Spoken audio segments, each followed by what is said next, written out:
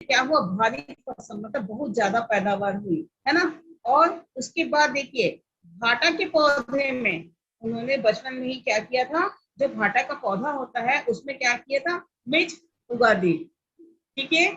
और जो गरियाए बैल होते हैं, जो उद्दंड बैल होते हैं, उनको क्या था, उनको एकदम मतलब जो बहुत उद्दंड होते हैं, बहुत बदमाश होते हैं, उनको क्या किया, एकदम शांत किया उन्होंने। ठीक है। तो इस प्रकार से ये दिव्य गुण उनमें बचपन से ही पाए गए थे। ठीक है। समझ में आ रहा है बेटो? Hello, yes ma'am. मेरी यस आवाज आ मैम। रही है ना? यस हाँ। मैम। हाँ, तो ये बचपन से ही काफी कैसे थे, जाति जाति भेद है उसके बारे में, मतलब उनको बहुत मन में बहुत फीलिंग होता था, बहुत दुख होता था। हाँ, कि लोग गरीबों पर कितना अत्याचार करते हैं और वो कुछ नहीं कर पाते थे। हाँ, लेकिन उनमें दिव्य गुण तो बहुत है, और क्या थे, बहुत गरीब परिवार में भी उनका जन्म हुआ था, तो उनकी शिक्षा दीक्षा ढंग से हुई ही नहीं, है ना। तो उनकी शिक्षा दीक्षा कैसी थी, ज्यादा पढ़े लिखे नहीं थे वो ज्यादा। ठीक है।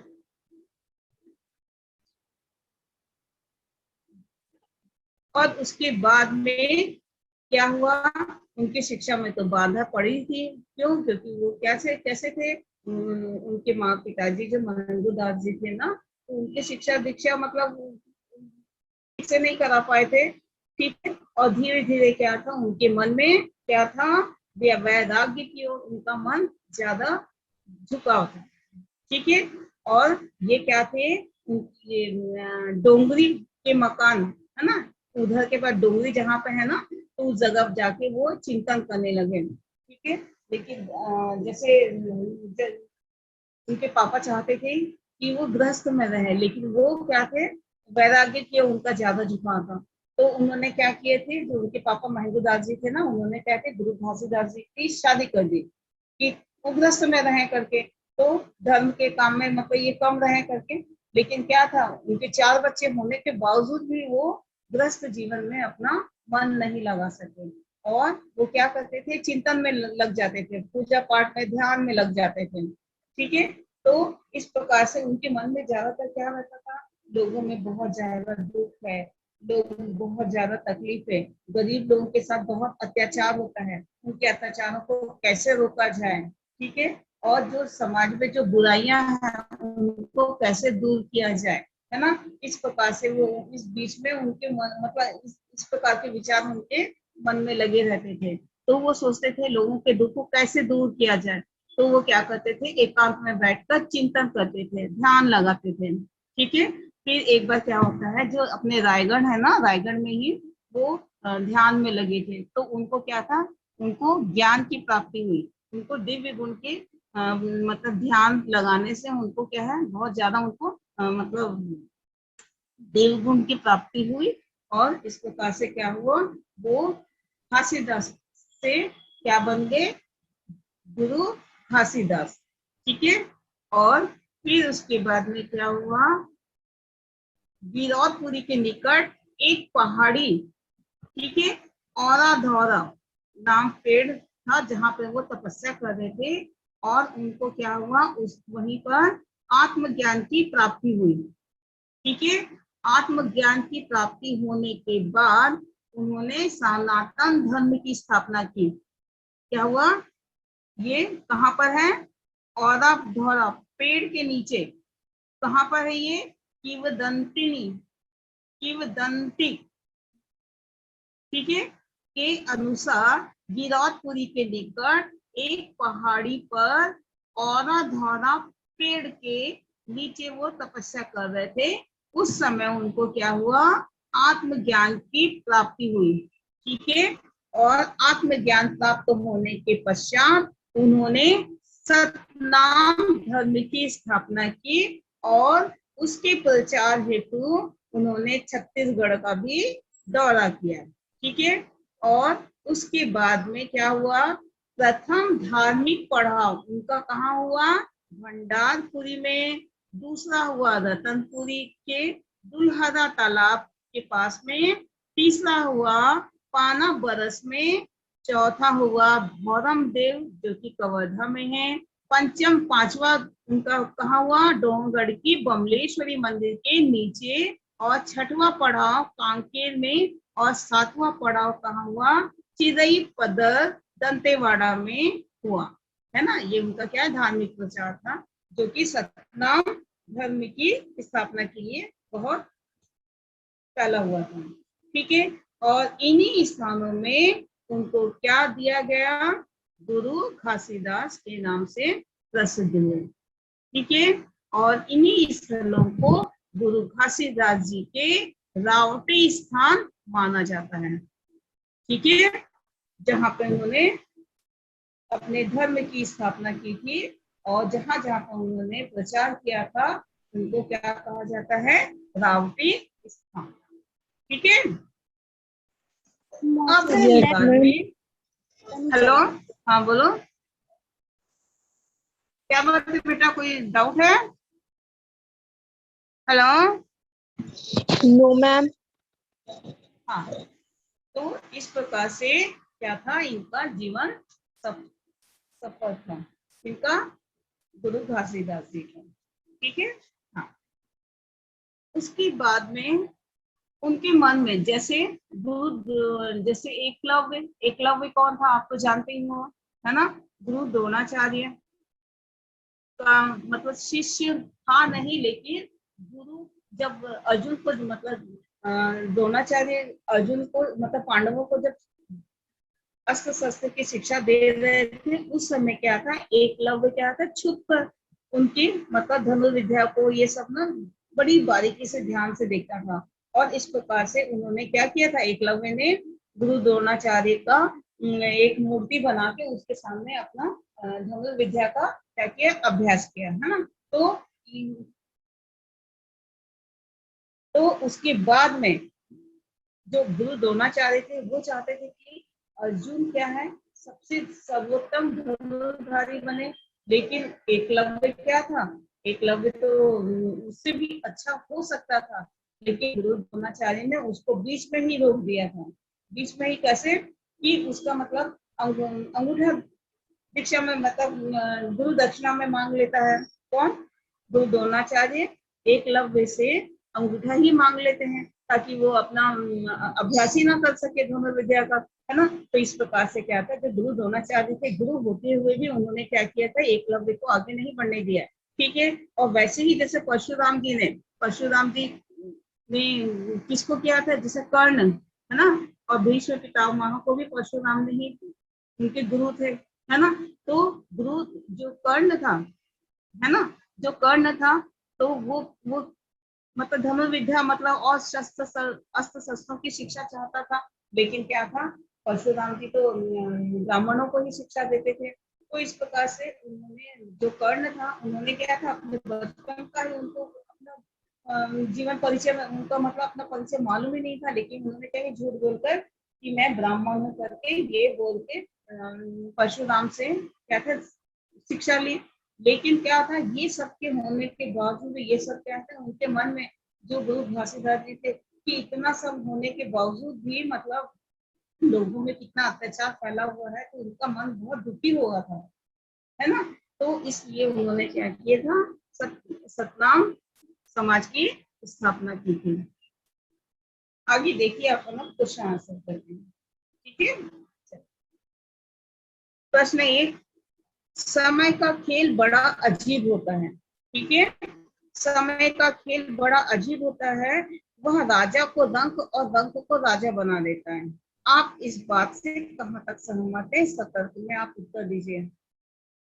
ठीक है, समय का खेल बड़ा ही अजीब होता है, वो राजा को रंक और रंक को राजा बना देता है। इस बात से आप कहां तक सहमत है, इसका आपको तर्क या वितर्क देना ही है। ठीक है, अब देखिए, समय का खेल बड़ा अजीब होता है, वह राजा को रंक और रंक को राजा बना देता है। हम इस कथन से क्या पूर्णतः सहमत तो है ही, है ना। एक समय था जब कथित सवर्ण जाति में जन्म न लेने के बावजूद, मैंने अभी बताया था एकलव्य के बारे में, है ना, और कर्ण के बारे में भी बताया था, है ना। तो इस प्रकार से क्या हुआ था, सर्वथा दमन हुआ और आज प्रतिभा विशेष के लिए यही कथित जाति सवर्ण में जन्म लेना भी अभिशाप बन गया। ठीक है, यह वह समय है जब कुशाग्र एवं विलक्षण बुद्धि के धनी गुरु घासीदास को बचपन में ही शाला में दाखिला तक नहीं मिला, जिसके कारण वे वैराग्य की ओर उन्मुख हो गए थे और पिता व पारिवारिक जनों के लाख प्रयत्न के बावजूद 4 बच्चों के पिता बन जाने के बावजूद भी अंततः ग्रस्त जीवन छोड़कर वैराग्य को स्वीकार कर लिया, जिससे सतनाम पंथ का आविर्भाव हुआ और वे घासीदास के गुरु घासीदास के रूप में क्या है, जन जन के लिए क्या हुआ, पूजनीय बन गए, है ना। तो इसका क्या मैंने अभी बताया था, एकलव्य और अर्जुन और परशुराम के दो भीष्म पितामह और कर्ण, इन सब के बारे में मैंने बताया। क्यों? क्योंकि देखिए इसमें क्या क्वेश्चन है कि समय का खेल बड़ा ही अजीब होता है, वो किसी को भी राजा और किसी को भी रंक बना सकता है ना। तो जैसे एकलव्य अर्जुन से भी बेहतर था, लेकिन उसको क्या था, वो रंक बन गया, है ना। वो अपनी शिक्षा से ही उसको हाथ धोना पड़ा, है ना।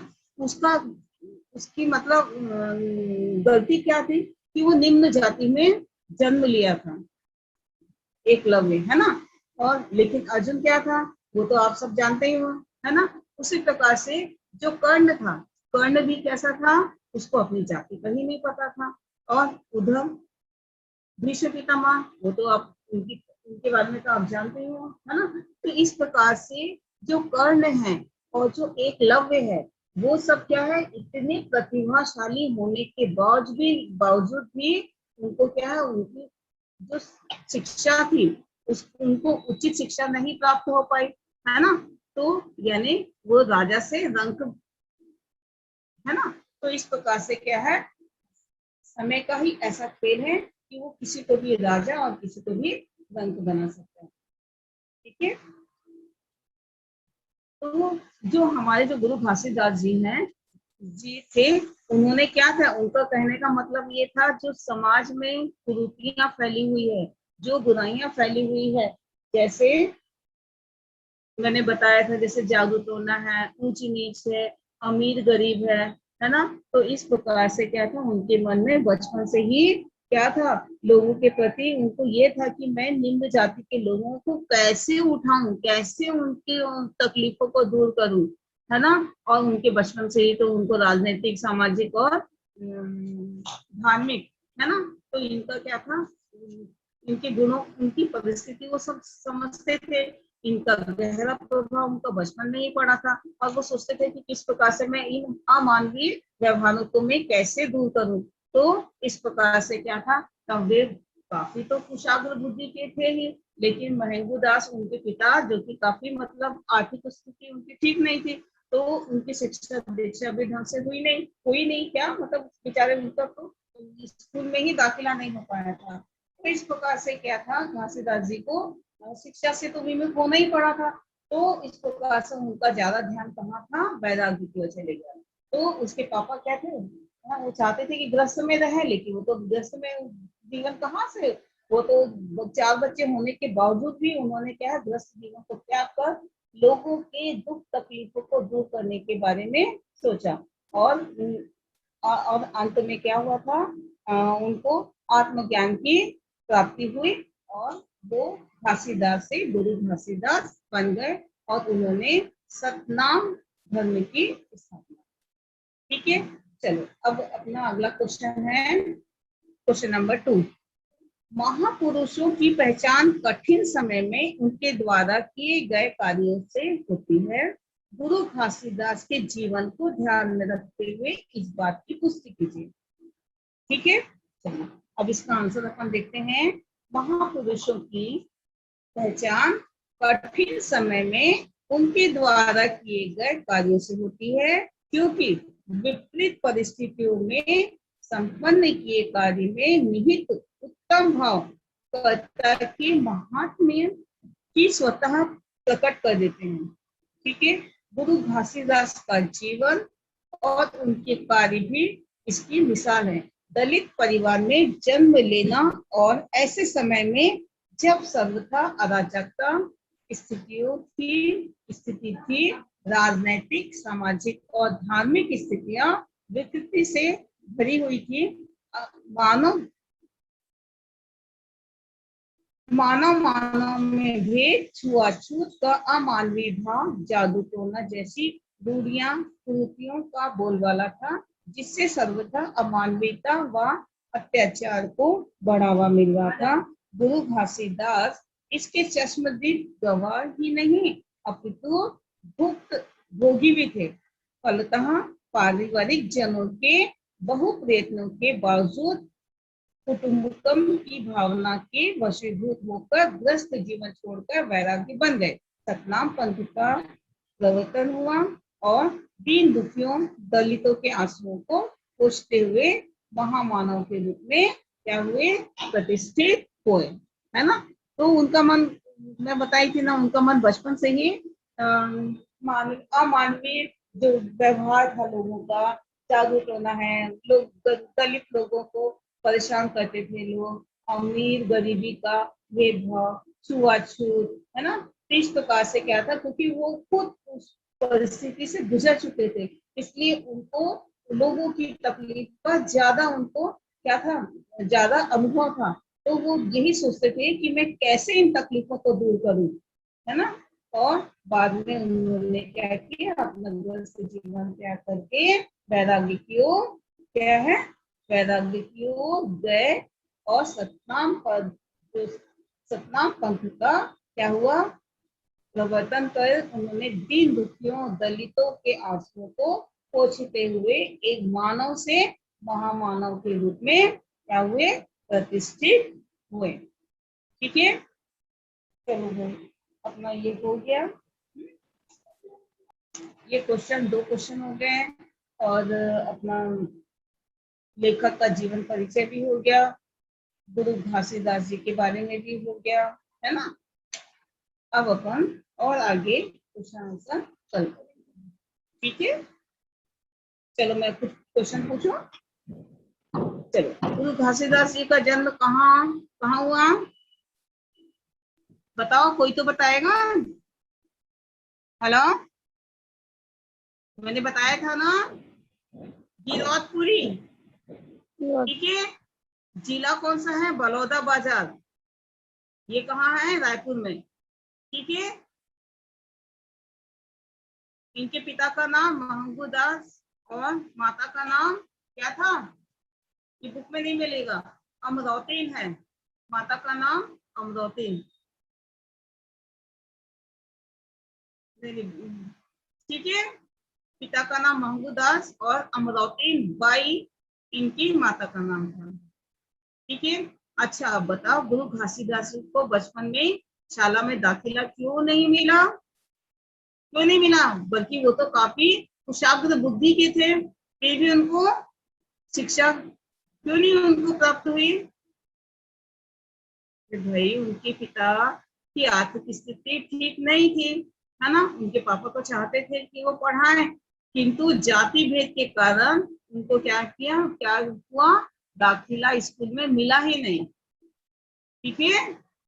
और उनके पापा की स्थिति तो ढंग, आर्थिक स्थिति ठीक भी थी ही नहीं।